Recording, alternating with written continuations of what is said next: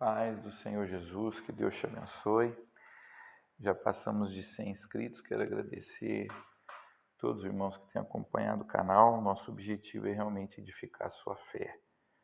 Nós temos lido a cada semana um milagre que Jesus operou. Hoje nós vamos ler 2, tá? Porque um milagre está relacionado com o outro. Jesus foi chamado para ir na casa de Jairo, o chefe de uma sinagoga.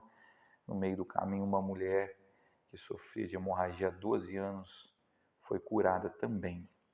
Então pegue a sua Bíblia, eu quero ler a narrativa de Lucas, em Lucas capítulo 8, no versículo 40, diz assim, Lucas 8, 40. Ao regressar Jesus, a multidão o recebeu com alegria, porque todos o estavam esperando. Eis que veio um homem chamado Jairo, chefe da sinagoga. Prostrando-se aos pés de Jesus, lhe suplicou que chegasse até a sua casa, pois tinha uma filha única, de uns 12 anos, que estava à morte. Enquanto ele ia, as multidões o apertavam. Certa mulher que havia 12 anos vinha sofrendo de uma hemorragia e a quem ninguém tinha podido curar e que gastara com os médicos todos os seus haveres, veio por trás dele e lhe tocou na orla da veste. E logo se lhe estancou a hemorragia. Mas Jesus disse: quem me tocou? Como todos negassem, Pedro, com seus companheiros, disse: Mestre, as multidões te apertam, te oprimem, e dizes: quem me tocou? Contudo, Jesus insistiu: alguém me tocou, porque senti que de mim saiu poder. Vendo a mulher, que não podia ocultar-se, aproximou-se trêmula e, prostrando-se diante dele, declarou à vista de todo o povo a causa porque ele havia tocado e como imediatamente fora curada. Então lhe disse: filha, a tua fé te salvou, vai-te em paz. Falava ele ainda quando vem uma pessoa da casa do chefe da sinagoga, dizendo: tua filha já está morta, não incomodes mais o mestre. Mas Jesus, ouvindo isso, lhe disse: não temas, crê somente e ela será salva. Tendo chegado à casa, a ninguém permitiu que entrasse com ele, senão Pedro, João, Tiago, e bem assim o pai e a mãe da menina. E todos choravam e pranteavam, mas ele disse: não choreis, ela não está morta, mas dorme. E riam-se dele, porque sabiam que ela estava morta. Entretanto, ele, tomando-a pela mão, disse-lhe em voz alta: menina, levanta-te. Voltou-lhe o espírito, ela imediatamente se levantou e ele mandou que se lhe dessem de comer. Seus pais ficaram maravilhados, mas ele lhes advertiu que a ninguém contasse o que havia acontecido. Glória a Deus. Irmãos, veja que interessante aqui, né, irmãos? Jesus estava a caminho de realizar um milagre e a caminho de realizar esse milagre, ele realizou outro também. Essa mulher sofria 12 anos, é bastante tempo, hein, irmãos? Não é fácil. Não é fácil você ter uma enfermidade.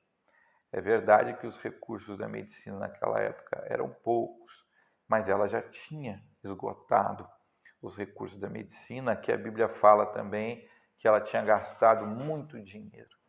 Às vezes nós não resolvemos o nosso problema porque procuramos na porta errada. Jesus Cristo é a solução para todos os nossos problemas. Irmãos, esse milagre mostra a importância da fé.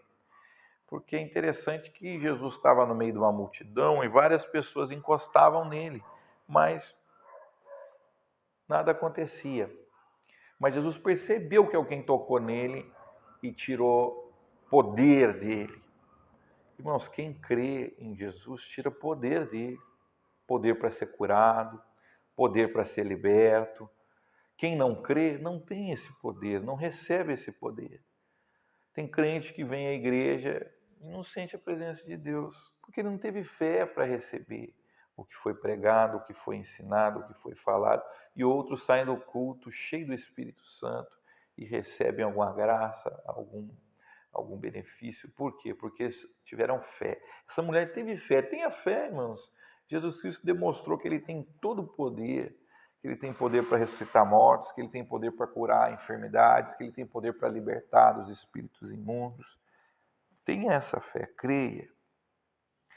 Irmãos, e esse chefe da sinagoga tinha uma filha com 12 anos, filha única, né? E ele estava desesperado porque a filha dele estava quase morrendo. E de repente chegou a notícia que ela já tinha morrido. Eu fico imaginando a aflição daquele homem, né? Ele com pressa que Jesus chegasse na casa dele, no meio do caminho Jesus ainda fica conversando, perguntando quem tocou nele, e a mulher explica o que aconteceu. Ele deve ter ficado desesperado. Eu fico imaginando que na cabeça dele ele devia estar pensando assim: poxa, a minha situação é urgente, Jesus tem que ir logo, tem que ir logo. Muitas vezes nós também somos assim, né? Nós queremos que os problemas sejam resolvidos instantaneamente, mas muitas vezes eles não são resolvidos instantaneamente. É necessário tempo. Nós vemos aqui, irmãos, que quando chegou a má notícia, olha, sua filha morreu, não incomode mais Jesus. Jesus falou, não, se tu creres, você vai ver a glória de Deus. E Jesus chegou na casa dele. Irmãos, Jesus falou que ela dormia, mas ela não estava dormindo não, ela estava morta. Aqui é uma figura de linguagem que chama eufemismo, né? Às vezes você vai falar alguma coisa, você fala de maneira delicada. Mas ao mesmo tempo, irmãos, que aqui é uma figura de linguagem, mostra também que para Jesus os mortos dormem. Jesus fala lá, né, em São João 5, que vai chegar a hora em que os que estão na sepultura ouvirão a voz do Filho do Homem e ressuscitarão. Então, para Jesus, os mortos dormem. Muitas pessoas deram risada quando Jesus falou que ela dormia, porque sabia que ela estava morta, né? O que nos mostra que nós não devemos interpretar que ela dormia de verdade. Não, ela estava morta mesmo. Mas para Jesus a morte é apenas um sono, né? Ele comparou a morte a um sono. Essa comparação se refere ao corpo, né? O corpo ele fica como que dormindo, mas o espírito está diante de Deus e consciente, como aconteceu, né? Na parábola do rico e do Lázaro, que a igreja já conhece. Eles morreram e estavam conscientes, né? Então o espírito se volta para Deus, mas o corpo ele fica como que dormindo. E aí, meus irmãos, Jesus mandou todo mundo sair, ficou só Pedro, Tiago e João.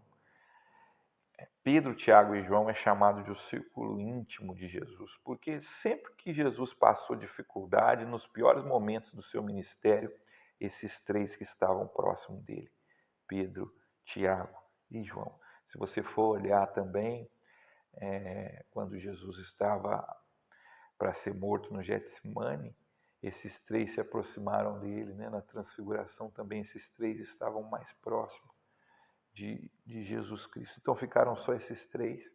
E aí Jesus simplesmente ele disse, menina, levanta. Glória a Deus, veja que maravilha. Então nós sabemos que basta uma ordem do nosso Senhor Jesus Cristo, a morte é desfeita. Cada milagre que Jesus realizava era uma maneira de demonstrar o que vai acontecer no reino dos céus. No reino dos céus não haverá mais doenças, no reino dos céus não haverá mais morte, e Ele vai enxugar do nosso rosto toda lágrima. Nós que cremos em Jesus nunca perdemos a esperança, porque também a morte não é o fim. Um dia os mortos ressuscitarão. Creia, tenha fé em Jesus Cristo, porque você vai ver o poder de Deus. Amém? Eu convido você, se você tem algum pedido de oração, para nós colocarmos diante de Deus. Coloque diante de Deus todos os seus pedidos. Vamos orar. Senhor Deus, eu te peço por aquele irmão que está enfermo e agora ora a Ti, com fé, que ele possa tirar poder, Pai amado, do seu filho e possa receber, Pai, uma graça, um milagre. Todos que estão enfermos, Pai, eu te peço por aqueles irmãos que têm pedido uma porta de emprego, aqueles irmãos que têm estado aflito, Pai amado, por seu emprego, por seu sustento, que Tu possa abençoá-los, provê-los para a glória do Teu santo nome.